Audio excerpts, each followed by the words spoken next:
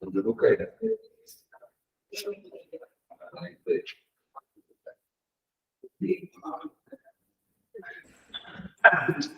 Nah, gini aja lah. Bismillah. Cek suara kan? Cek. 1, 2. Oke, ya, bismillah. Baik. Bismillahirrahmanirrahim. Assalamualaikum warahmatullahi wabarakatuh. Sobat Kusmesifa, yang dirahmati Allah Subhanahu wa taala. Apa kabar semuanya di rumah? Alhamdulillah. Alhamdulillahirabbil alamin. Alhamdulillahilladzi arsala rasulahu bil huda wa dinil haqq liyudhhirahu 'ala ad-dini kullihi wa kafa billahi shahida. Allahumma salli wa sallim 'ala sayyidina wa nabiyyina Muhammadin wa 'ala alihi wa sahbihi ajma'in. Amma ba'du. Alhamdulillah sobat Kusmes yang dirahmati Allah Subhanahu wa taala, apa kabarnya semua yang di rumah menyaksikan acara podcast kita pada kesempatan hari ini. Ya, Masya Allah, alhamdulillah ini topiknya sangat luar biasa, topiknya sangat menarik ya. Ini akan membahas sesuatu yang berbeda dari yang sebelum-sebelumnya ya, karena memang yang kita hadirkan narasumber kita itu selalu berbeda-beda keilmuannya, minatnya, ya, kompetensinya. Ya, mudah-mudahan ini memperkaya pemahaman kita, memperkaya pengetahuan kita. Sebab sifat yang dirahmati Allah Subhanahu wa taala. Baik, ini ada di antara kita bersama-sama kita sekarang Dr. Zainal Abidin. Beliau sudah bersama-sama kita juga Dr. Abdurrahman Bisno. Apa kabar Pak Dr. Zainal Abidin dan Dr. Bisno? Apa kabar? Harus sehat selalu ya. Insyaallah kalau bisa di rumah juga harus sehat selalu ya. Semangat terus. Alhamdulillah. Ini kita agak lewat sedikit dari waktunya, tapi nggak apa-apa, kita harus semangat terus. Nah, ini kita akan membahas judulnya, yaitu adalah menata organisasi. Bagaimana organisasi tertata untuk menciptakan OCD, ya, Organization Citizenship Behavior. Ya, bagaimana organisasi ini atau bisnis itu melesat kinerjanya juga hebat. Luar biasa, dari yang dulu udah keren ini misalnya ya. Alhamdulillah. Nah, Dr. Zainal Abidin ini adalah salah satu dosen di STT Sirpura. Beliau adalah Direktur Pasca Sarjana Pendidikan Agama Islam. Ini menarik nih, beliau ikut bersama kita, dan juga Bapak Dr. Bisno yang selalu berada di podcast kita, selalu mendampingi ya, luar biasa beliau ya. Alhamdulillah ya. Terima kasih atas bimbingan beliau ini. Ya. Beliau salah satu dosen, juga kedua direktur PPPM. Itu sesuatu Sobat Kusmesifa yang dirahmati Allah Taala, ini ada tema yang menarik tadi kita sebutkan. Ini karena channel ini sudah ada di kita, yuk kita tanya-tanya tentang judul ini. Dr. Zainal, siap. Alhamdulillah. Pak Dr. Zainal, ini kan judulnya menata organisasi menjadi bisnis hebat, ya kan? Bisnis besar, kinerja hebat. Nah, ini ibaratnya kumpul gitu. Bisa kumpul, bisa kuat. Ini apa latar belakangnya dan bagaimana ini kok bisa seperti itu? Silakan kepada Oke, baik, yang pertama kita pahami organisasi. Organisasi itu apa sih? Tentunya organisasi itu bukan hanya satu orang, tetapi terdiri dari yang notabene di dalamnya itu berbagai isi yang bersatu. Kemudian ketika berbagai isi kepala yang bersatu itu bagaimana menyatukan sebuah keinginan yang harus ditekan di dalam organisasi tadi. Menyatukan keinginan, menyatukan persepsi itu tentunya harus dibuat, dirancang, ditetapkan oleh organisasi. Agak sulit ya sobatnya, bagaimana nih Pak Dokter supaya pelanggan bisa merasa. Dari awal beberapa orang tadi di organisasi tadi, yang tentunya latar belakang pendidikan, latar belakang pemikiran, latar belakang sosial itu sangat berbeda. Kemudian tergabung di dalam sebuah organisasi, entah itu organisasi pendidikan maupun organisasi non pendidikan, yang tentunya harus ada kesamaan kepentingan. Satu, kedua ada kesamaan keinginan, gitu ya. Nah di situ perangkatnya berarti harus dirumuskan impian yang harus dirumuskan bersama-sama. Impian adalah visi.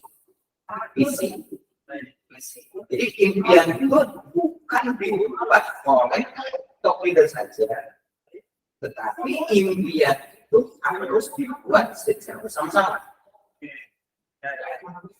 sehingga dengan mudah organisasi itu dapat dijalankan sesuai dengan guidance rule yang berjalan. Ya.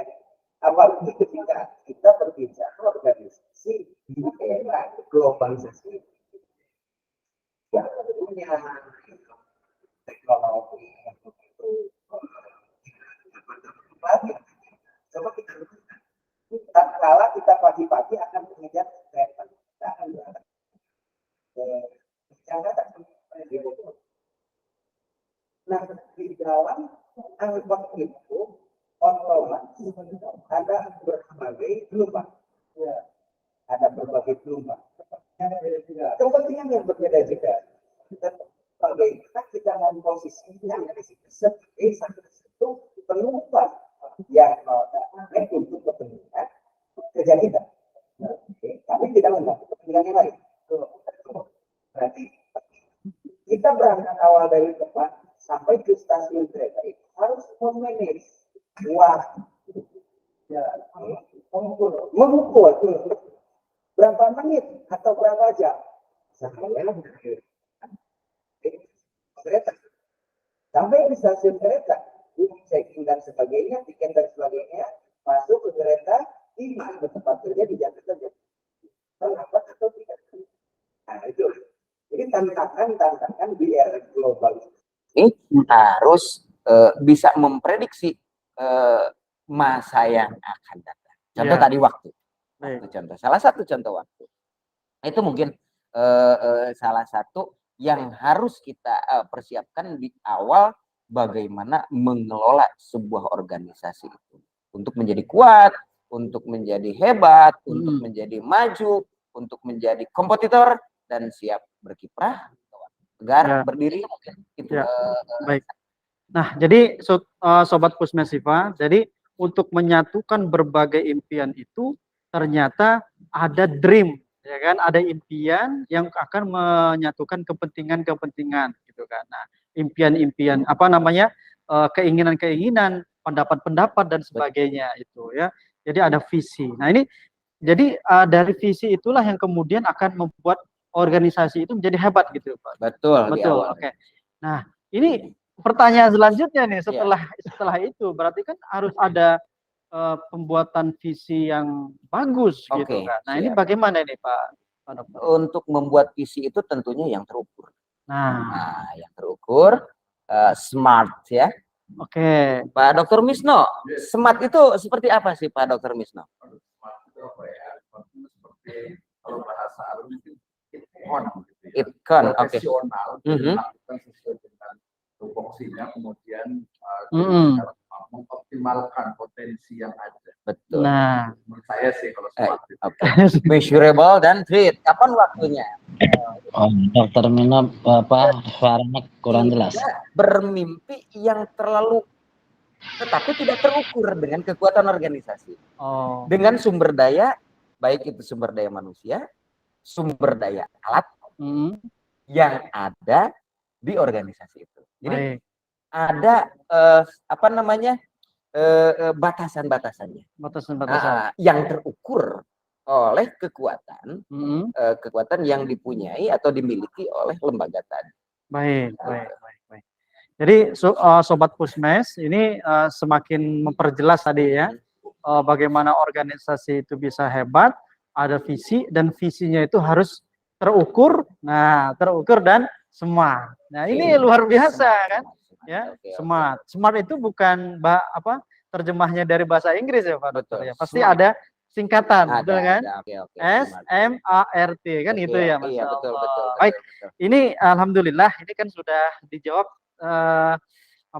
beberapa permukaan gitu ya, permukaan dari Dokter Zainal dari sisi organisasi itu adanya dream itu ya, ada dream, ada visi dan sebagainya. Nanti kita ulik yang lebih lanjut lagi karena bahasan kita ini ada di dalam bukunya beliau.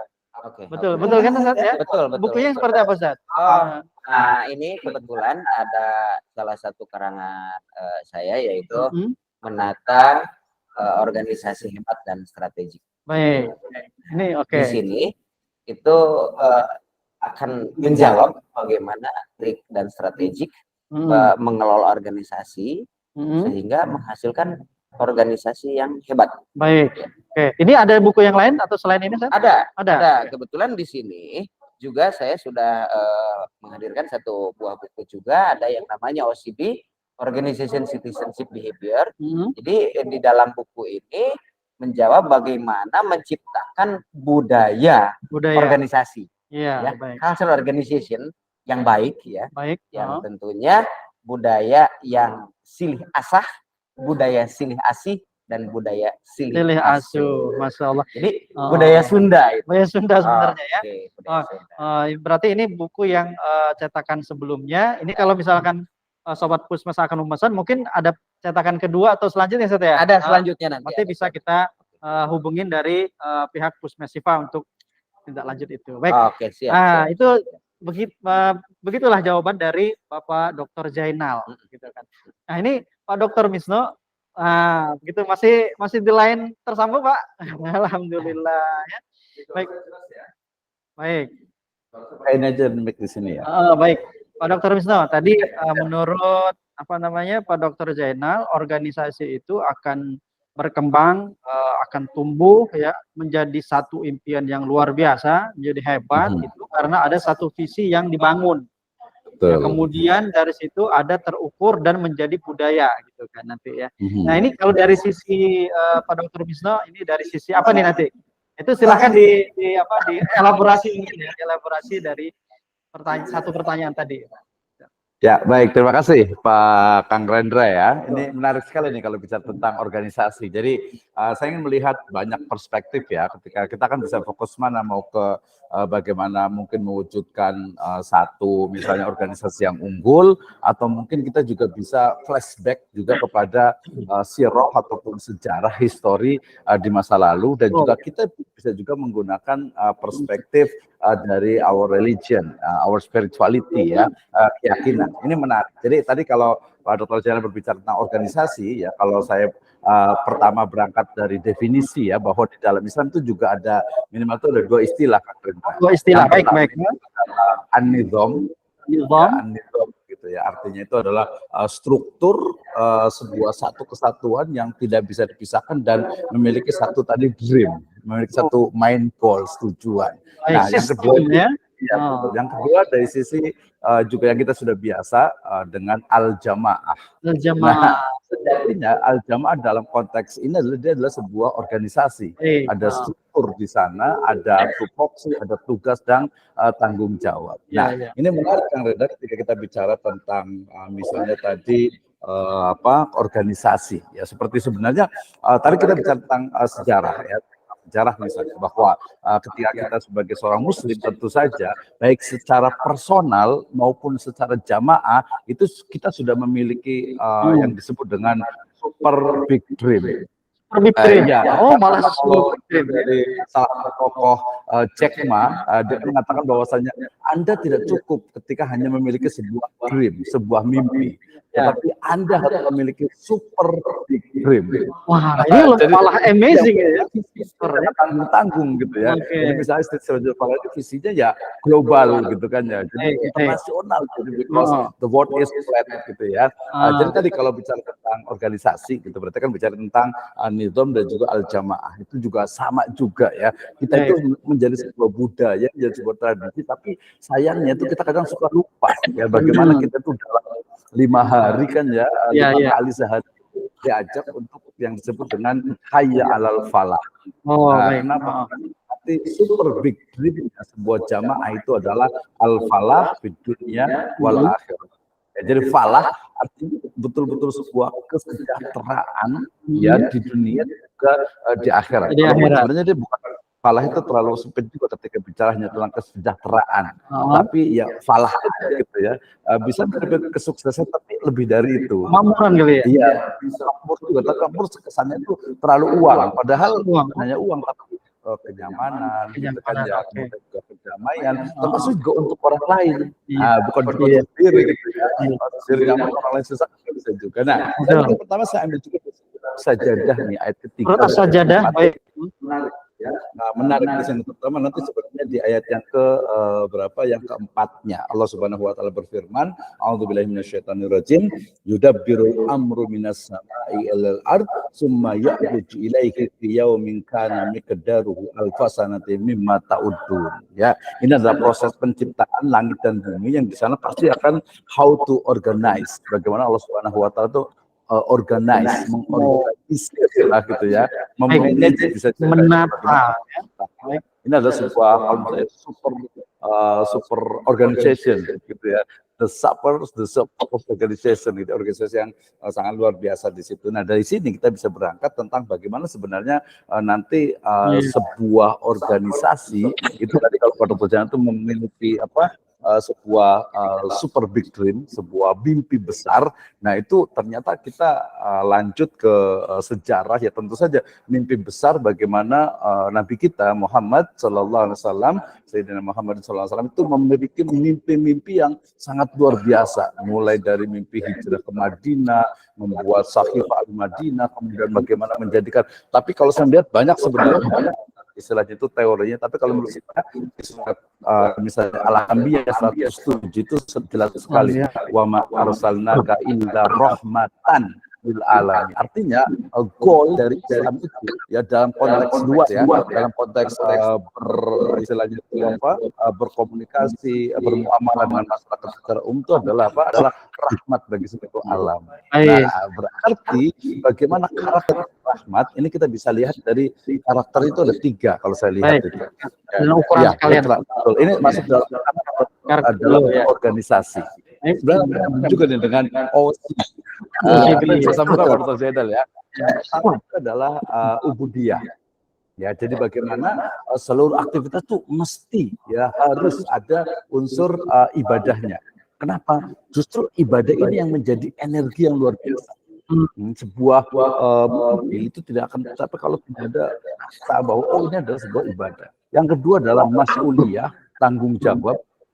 Bagaimana mestinya kita setiap anggota dari organisasi itu memiliki mas'uliyah ya di dunia wal akhirah gitu ya. Jadi lihat bagaimana sebuah fakta gitu ya, sebuah kegiatan organisasi itu ya harus tadi adanya unsur mas'uliyah, dan yang terakhir tadi nyambung juga dengan istilah lain dari smart gitu ya. Kalau tadi ada singkatan ini adalah innallaha Allah Subhanahu ta'ala yuhibbu, mencintai idza amala amilun ya, amal seseorang yang apa ayyukinahu dengan ikhlas. Nah ini menjadi dasar bagi bagaimana sebenarnya prinsip dari sebuah organisasi in Islamic perspektif. Nah itu dulu. Oke, tahan dulu nih, tahan dulu. Jadi masih belum panasnya masih hangat ya kan. Belum pertanyaan yang sulit ini belum. Baik, Sobat Pusmes, Siva yang dirahmati Allah SWT, silahkan untuk menyematkan pertanyaannya di kolom chat gitu ya, atau di WA group ya. Silahkan admin untuk mengakomodir pertanyaan itu.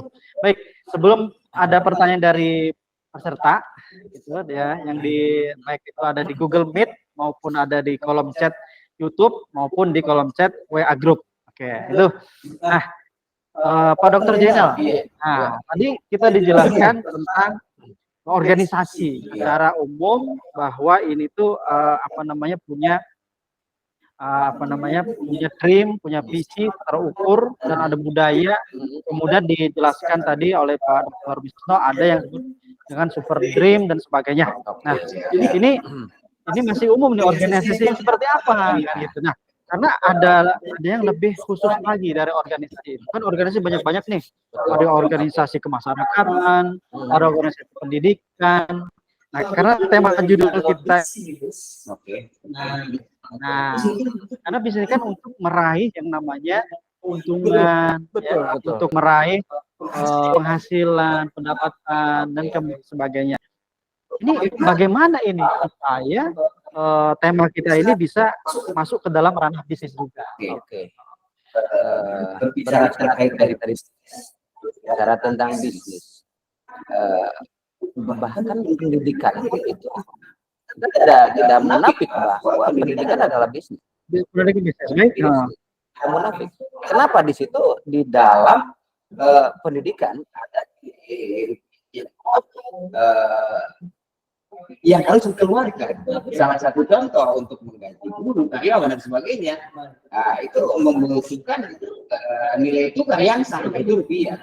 Jadi tidak salahnya kalaupun memang bahasanya pendidikan adalah sosial, tapi ini tetap ada unsur bisnis, Kalau tidak ada unsur bisnis ya gimana gitu. Jadi tidak semata-mata sosial. Nah, berbicara terkait dengan organisasi luas ya, organisasi pendidikan, organisasi yang pendidikan, perusahaan kecil, perusahaan besar, mikro, ya. Nah, kemudian lembaga pendidikan kecil, lembaga pendidikan yang sedang-sedang saja, bahkan sampai ke lembaga pendidikan yang besar. Nah, saya mengutip dilakukan oleh James Collins. James Collins. Itu tahun 2001. James Collins itu dia berpendapat bahwa ada dua kelompok perusahaan yang menjadi perusahaan. Itu kelompok perusahaan yang baik. Yang pertama adalah good governance dan kelompok perusahaan yang hebat. Nah, menurut para pemirsa, mana sih perusahaan yang lebih hebat, itu perusahaan yang baik atau perusahaan yang hebat? Ya, ini pertanyaan yang menjebak. Betul. Jadi karakteristik yang membedakan kedua kelompok perusahaan tersebut adalah selain pertama adalah pemimpin, ya, top leadernya. Oke. Terus kemudian karyawan yang kompeten, karyawan yang kompeten yang tentunya duduk pada posisi yang tepat,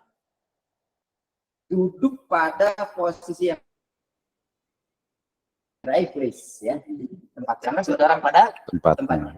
Jika kita menempatkan seseorang bukan pada tempatnya, maka di Al-Quran dikatakan, saya kurang paham tuh ya, maka tunggulah kehancurannya. Betul. Kalau tidak salah.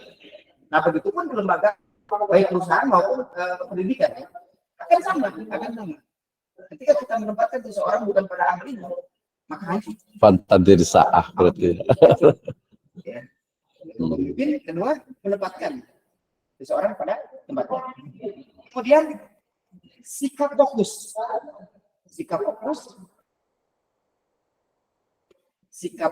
dan tanggung jawab. Jadi tidak cengeng seorang pekerja.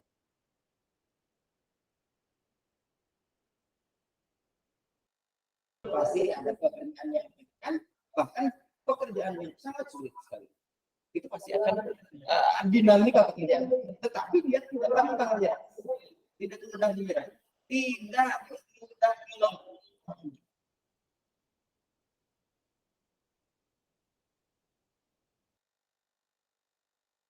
Jadi yang terbaik parameternya dan budaya disiplin. Budaya disiplin seperti apa? Budaya disiplin banyak di depan kantor-kantor kita sering menjumpai malu datang siang, malu dan sebagainya, budaya malu lah seperti itu. Kemudian dan teknologi itu tidak bisa kita kesampingkan, tetapi teknologi adalah sebagai pengungkit di dalam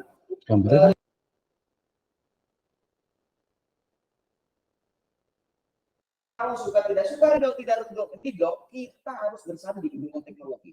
Salah satunya ketika bulan Maret tanggal 15 2020 pemerintah mengadakan kebijakan, menerapkan kebijakan yaitu menarik rem. Karena semuanya lockdown, maka disitulah teknologi berperan aktif. Semuanya WFH, semuanya kerja di rumah dan tidak ada. Otomatis semua manusia di dalam rumah. Mau tidak mau, baik itu pendidikan maupun non pendidikan. Jadi teknologi adalah sebagai pengukir. Mau tidak mau kita jangan gaptek, jangan alergi terhadap teknologi. Kita justru harus berdampingan dengan teknologi. Tetapi bagaimana memanfaatkan teknologi itu ya bijak. Itu mungkin ya. Itu yang dilakukan oleh si J.P. Collins. Menarik sekali ya. Berarti beberapa karakter gitu ya, ada beberapa yang harus bisa dilakukan oleh bisnis sendiri ya, begitu adalah teknologinya, begitu adalah budaya di sendirinya dan lain sebagainya tadi fokus itu memang harus di breakdown jadi satu kerja dan mau diterapkan di dalam bisnis ya. Nah ini masih perlu elaborasi nih dari dokter Bisma ya kan dari dokter Zena kan dari sisi yang seperti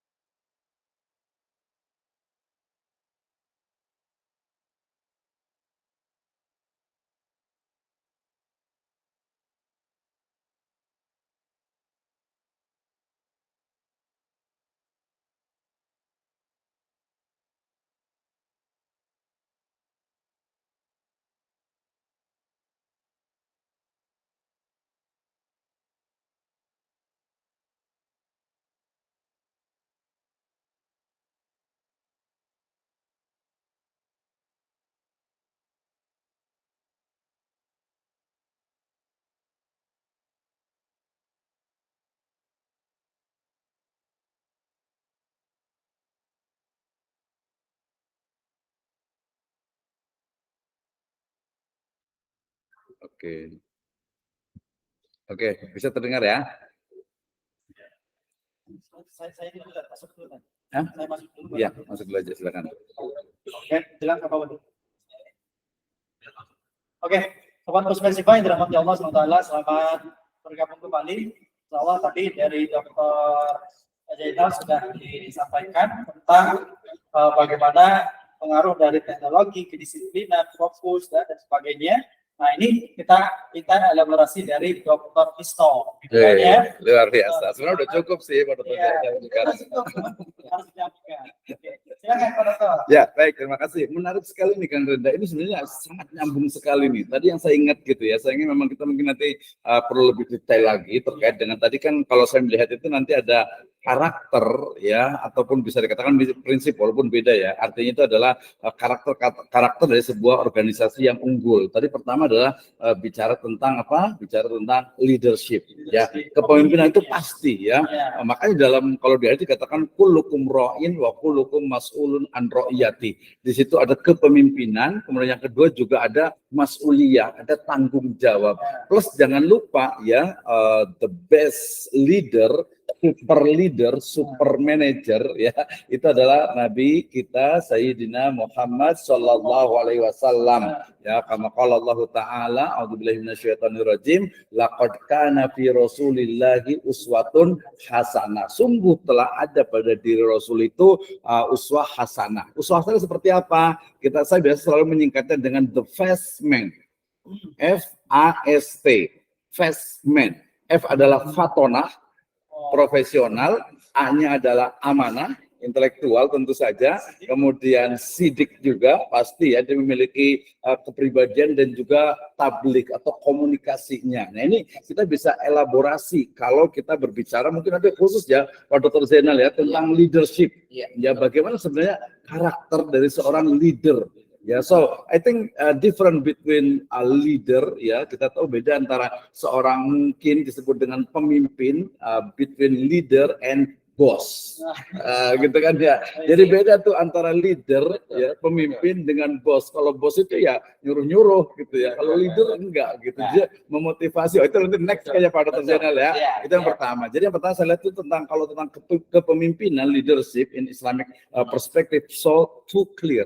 Ya, is a very clearly gitu ya, sangat jelas sekali kita bisa eksplor di situ. Kemudian yang kedua tadi juga terkait dengan anggotanya, artinya itu adalah unsur-unsur atau orang-orang yang ada dalam organisasi, yang duduk di dalamnya. Makanya kalau di dalam surat At-Taubah ayat 100 itu jelas sekali, ya dikatakan apa tentang kisah dari kalau yang di surat Al-Imran ayat ke-103 itu kan kuntum khaira ummatin. Wah, ada khaira ummah gitu ya.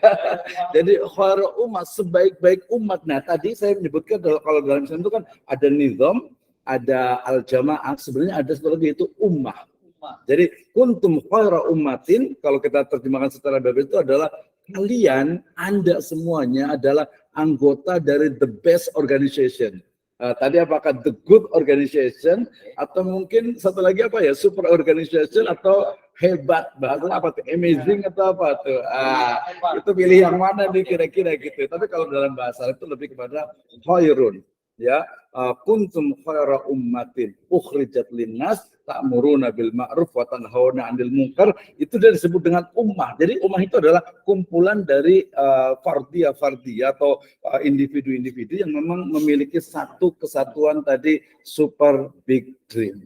Nah, itu ya. Orang nanti kalau kita bicara tentang karakter dari organisasi itu, dia harus fokus ya. Bahkan tadi the right man on the right place gitu dikatakan kan idza wusidal amru ya wantadir sa'a. Tadi disebutkan tuh ya. Jadi kalau suatu masalah, suatu perkara, suatu tanggung jawab, suatu jabatan diberikan kepada yang bukan ahlinya, wantadir sa'a. Maka ya tunggu kehancurannya. Ya, tunggu hari apa, artinya bagaimana ya organisasi itu akan hancur.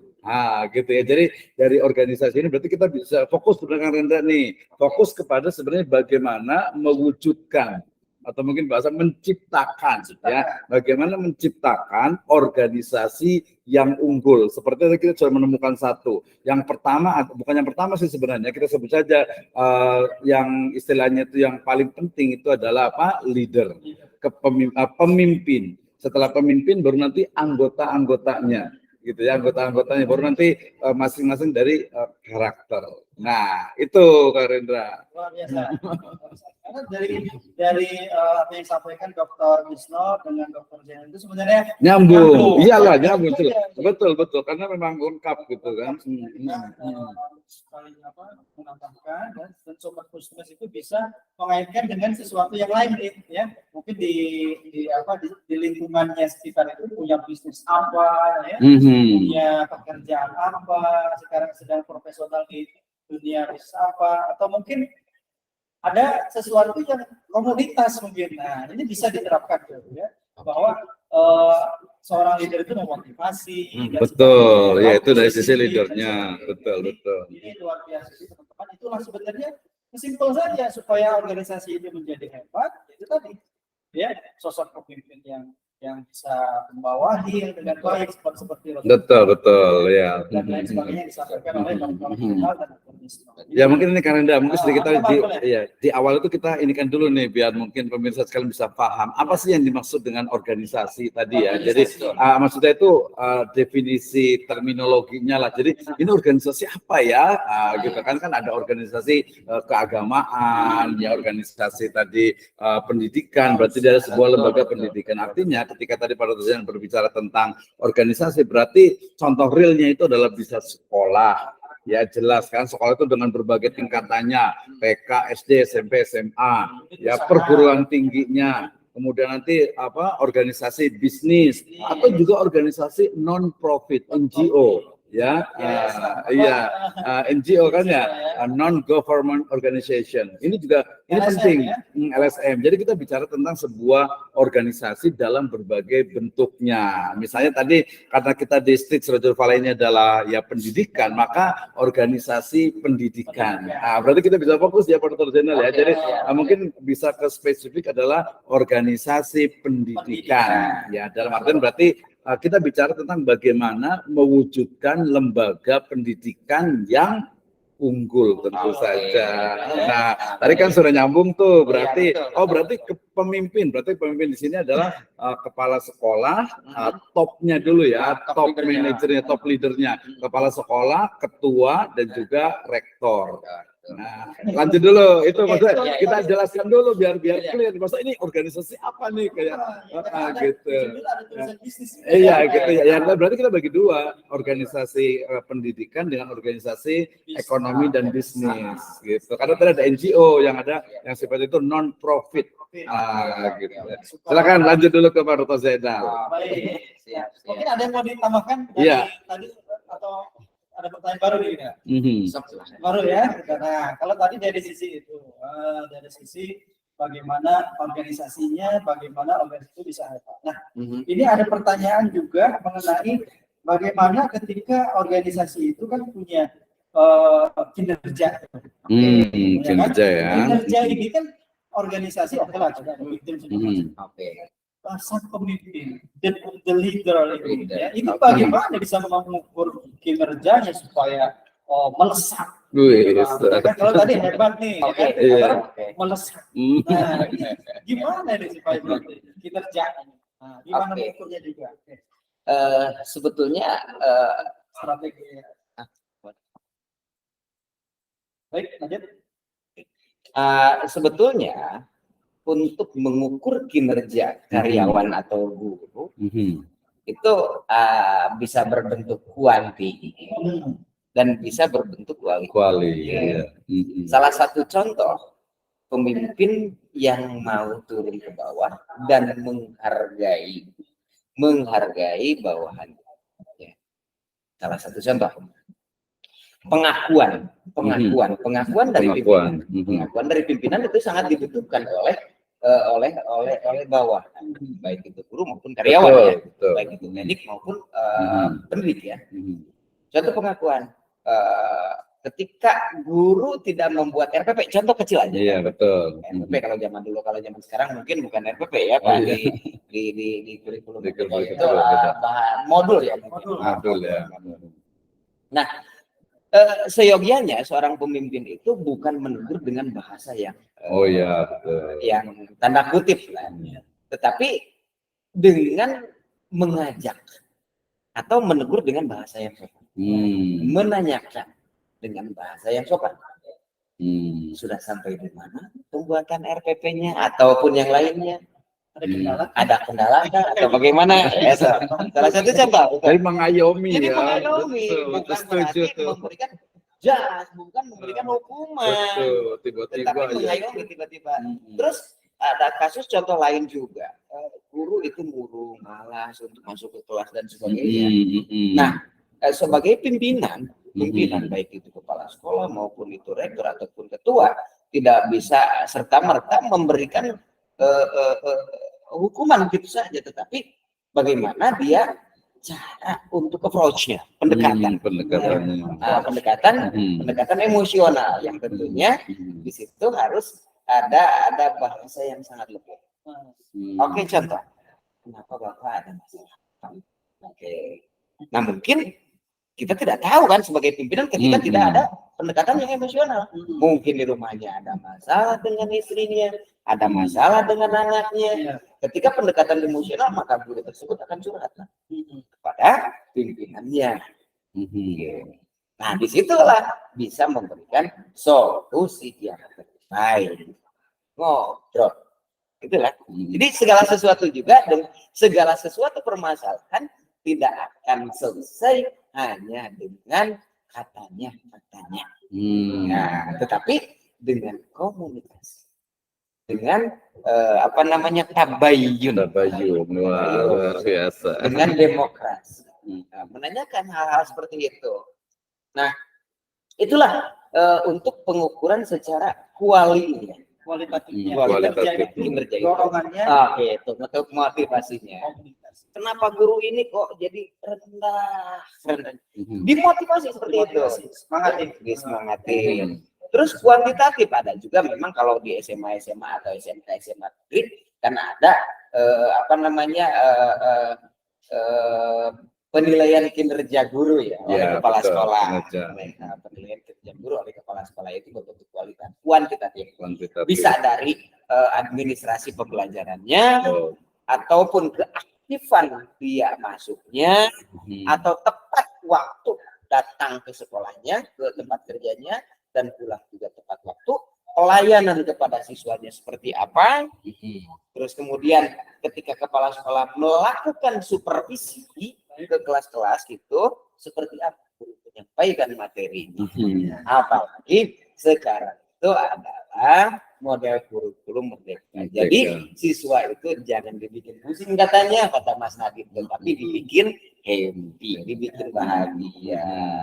Seperti halnya kita lihat guru kalau zaman dulu sebelumnya bawa presensi ke kelas, bawa seabrek-abrek buku, tetapi kalau sekarang bawa yang ditenteng-tenteng ke kelas, diajak bahagia, tetapi materinya tersampaikan oleh guru. Tujuan pembelajarannya, CPL-nya. Jadi model pembelajarannya seperti itu kalau sekarang. Nah, itulah yang dilakukan oleh kepala sekolah untuk melakukan supervisi kepala sekolah, itu bentuknya kuantitatif. Nah, loyalitasnya sampai di mana guru itu tadi? Ketika ada penghargaan dari pimpinan, ketika ada pengakuan dari pimpinan, maka otomatis loyalitas kinerja guru itu akan naik. Kinerja organisasi akan meningkat.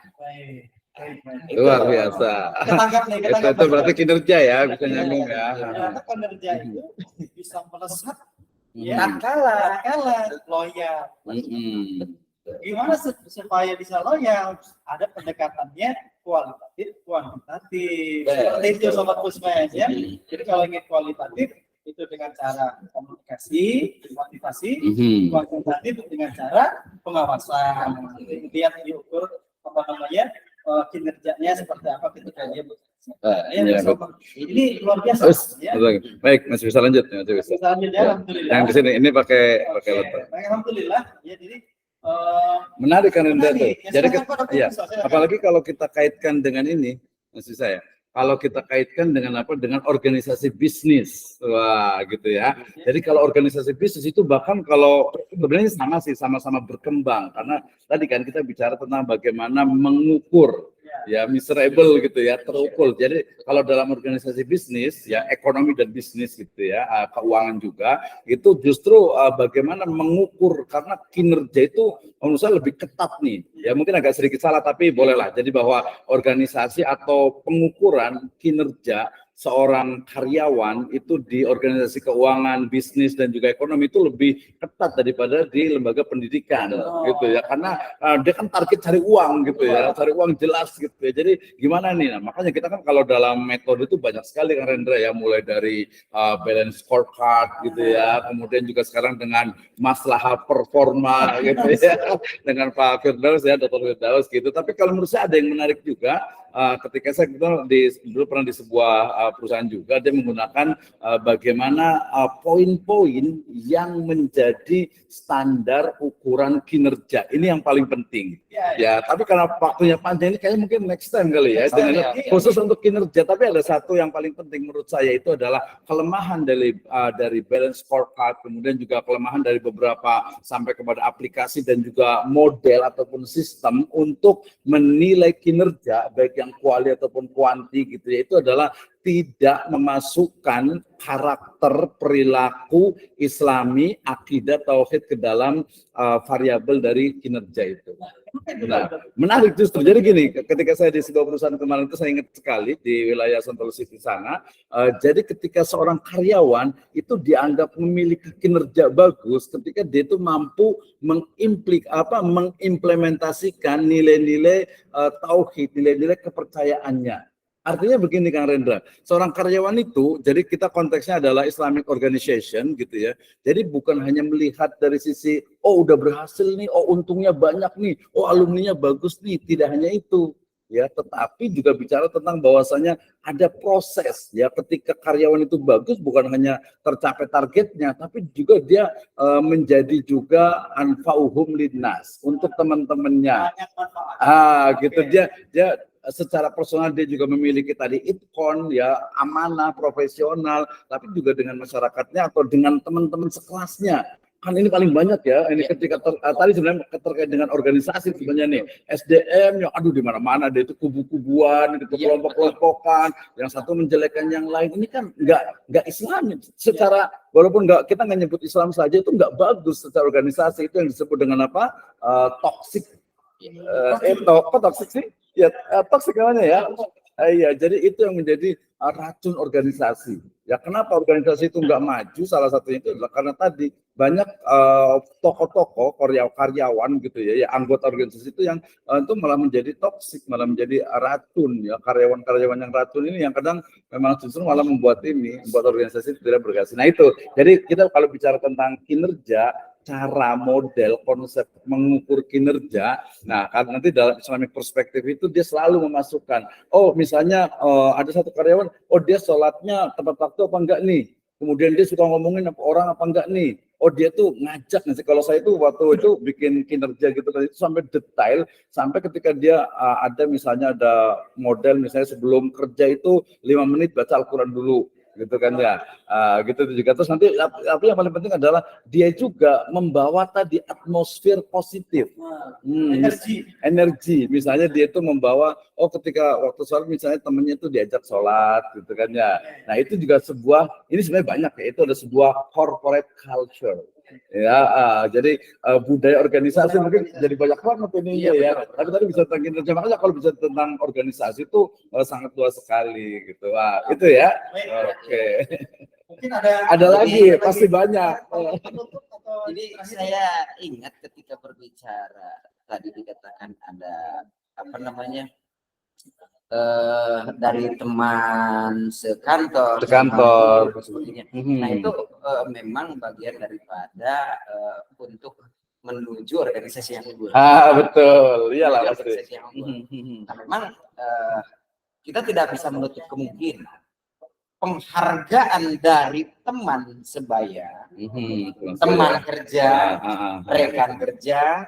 Nah, artinya di sini pengakuan dari rekan kerja itu sangat memungkinkan. Kenapa? Karena kenyamanan akan didapat. Betul. Kenyamanan akan didapat. Saya ingat yang dikatakan Stephen Bungay, Pak. Stephen Bungay ada di buku ini, di buku menata organisasi hebat dan strategik itu ya, untuk meraih sebuah kesuksesan di dalam organisasi itu menjadi organisasi yang kuat, hebat, dan bisa berkompetitor dengan organisasi-organisasi lain. Nah, salah satunya itu tadi sebagai pengungkitnya adalah bagaimana menciptakan iklim atmosfer di dalamnya, itu atmosfer yang sejuk, positif ya, sejuk. Yang sejuk. Satu sama lain menghargai, tidak ada dusta di antara kita, tidak ada budaya sikut menyikut. Justru ada juga budaya adalah saling menjunjung, saling menghargai, silih asih, silih asa, silih asuh. Itulah yang harus kita jaga, harus kita jaga di dalam organisasi itu, sehingga organisasi kita ya organisasi yang kokoh. Contoh, kita akan membangun rumah hanya bambu satu, itu tidak akan kuat ketika tidak ditopang oleh bambu yang lain. Termana itu. Jadi satu sama lain akan saling melengkapi. Karena memang manusia itu tidak ada yang sempurna, satu sama lain saling melengkapi. Ada kurangnya dan mempunyai kelebihannya. Itulah organisasi. Begitu, Pak. Bahkan di dalam sebuah organisasi sekolah, contoh itu sekolah itu harus ada ruangan khusus, ruangan makan. Nah, ruangan makan ini fungsinya satu sama lain akan ngariung bareng ketika makan dan bisa berkolaborasi, bercerita apa yang menjadi kesulitannya, apa yang menjadi keinginannya, bisa. Bagus. Pun kepala sekolah jangan jaim-jaiman, ikut nimbrung di situ. Kalau merakyat harus turun ke bawah. Jadi jangan hanya duduk di belakang meja saja, tetapi tidak tahu bagaimana permasalahan di bawah ketika pimpinan top leader tadi, baik rektor, kepala sekolah ataupun ketua, ketika turun ke bawah maka akan tahu permasalahan yang sebenarnya. Mendengar langsung. Tidak katanya. Kalau seorang top leader, seorang pemimpin hanya mendengar kata-katanya saja, dia tunggu kehancurannya. Bisa saja mungkin ini akan menjadi pemicu untuk menjadi kehancuran. Ada perasaan X atau perasaan Y, bisa dihubungi. Baik, luar biasa ya. Luar biasa. Apa yang dikatakan oleh Dr. Zainal dan Dr. tadi, sangat cocok sekali ya bagi kita pelaku bisnis, pelaku pendidik ya, didik atau NGO tadi yang disampaikan oleh Dr. Wisnu ya. Ini luar biasa bagi teman-teman semua. Baik, ini tadi jawaban closing. Ya. Atau mau ada closing di Dr. Wisnu? Ya, mungkin nanti insya Allah Pusmesifa ini ke depan kita akan lebih detail lagi. Misalnya tadi secara spesifik misalnya how to be leader. Gitu ya, bagaimana menjadi seorang leader, pemimpin, atau bagaimana karakter seorang leader, itu yang pertama. Yang kedua adalah tadi bagaimana misalnya kinerja, bagaimana cara mengukur kinerja sekaligus juga solusi-solusi ketika menghadapi berbagai macam tantangan di organisasi itu, gitu ya. Ya, satu lagi nanti mungkin lebih spesifik ke satu organisasi bisnis, ekonomi bisnis keuangan, satu lagi fokus kepada organisasi ke pendidikan. Karena ini kan di sekolah banyak artinya itu dari pengelolaan SDM-nya, gurunya gitu, keluar masuk. Tapi kalau keluar masuk sudah menunjukkan sangat tidak nyaman di dalamnya. Ya, tapi kita kayaknya mungkin ini kali ya, kalau kita kasih kuis nih yang bisa jawab nih. Oh betul, dari teman-teman di kolom chat sudah ada Pak operator. Kita kasih ini nanti mungkin jadi pertanyaan menarik gitu. Ini kebetulan saya biasa kalau ketika training di manajemen SDM selalu yang ditanya itu adalah organisasi mana yang anggotanya itu paling dalam tanda petik itu militan. Militan itu bukan militan yang negatif ya, tapi gantilah yang memiliki loyalitas tinggi. Apakah nanti militer gitu ya, atau mungkin juga agama ya, atau pondok pesantren tadi masuk juga, atau mungkin juga misalnya apalagi kan ada lagi nggak masjid ya, keagamaan. Jadi organisasi mana yang loyalitasnya itu tinggi gitu ya, partai politik gitu ya, organisasi tadi ke sosial gitu ya, atau mungkin yang kita tahu kan militer katanya gitu kan ya. Itu jadi pertimbangan juga itu di manajemen ini. Jadi yang mana nih yang betul-betul dia memiliki loyalitas yang tinggi. Itu pasti melesat. Iya gitu. Itu dari saya. Sekali lagi kita pada pesan. Jadi statement closing ini mungkin kalau kita ingin membangun sebuah organisasi yang hebat, sebuah organisasi yang unggul, ya tentunya yang pertama adalah kita bangun sumber daya manusia. SDM-nya betul. Sumber daya manusia itu harus bagaimana? Pertama, ciptakanlah budaya organisasinya, organisasi yang sehat budayanya, organisasi yang sejuk budayanya. Tidak ada budaya hangat-hangatan. Hangat-hangatan ya. Hangat-hangat jahe. Hangat-hangat jahe. Sebentar doang. Apa namanya ingin rebutan kekuasaan, jabatan dan sebagainya di depan mukanya seperti ini. Iya. Nah itu harus dihilangkan karena itu akan menjadi sebuah duri di dalam organisasi. Betul. Itu budaya. Ketiga juga SDM di kepribadiannya seperti apa. Betul. Ada yang ekstrovert, ada yang introvert dan sebagainya. Nah, jadi budaya yang harus dipersiapkan seperti apa budayanya, atmosfernya seperti apa, kemudian kepribadian dari orangnya tadi, baik dari seorang pemimpinnya maupun anggota organisasi. Termasuk siapa ketika di sekolah berarti harus membentuk karakter yang ditujukan oleh guru-guru tadi adalah siswa ditujukan memberikan kemudian berikanlah pelayanan yang prima kepada siapa? Pelanggan. Siapa pelanggan ini? Pelanggan itu ada dua, pelanggan internal dan pelanggan eksternal. Pelanggan internal adalah tadi guru, tata usaha, satpam, tukang masak, tukang sapu dan sebagainya, itu adalah pelanggan internal. Pelanggan eksternal adalah siswa dan orang tua siswa serta masyarakat yang ada di sekolah. Ciptakanlah budaya yang sejuk, ciptakanlah iklim yang nyaman, iklim yang seperti AC di 17. Pas 17 ya. Jadi sejuk sekali. Manakala ada hal-hal yang tidak diinginkan, otomatis masyarakat itu lembaga organisasi unggul, organisasi sehat, tujuan tercapai, kinerja, strategi yang itu saja mungkin. Cukup ya, udah 1 jam. Cukup udah lebih betul. Nanti kita lanjut lagi pertemuan akan datang. Sobat Pusmes yang setia ya menyaksikan ya, di sini ada dua kanal ya, dari YouTube dan juga dari Facebook ya.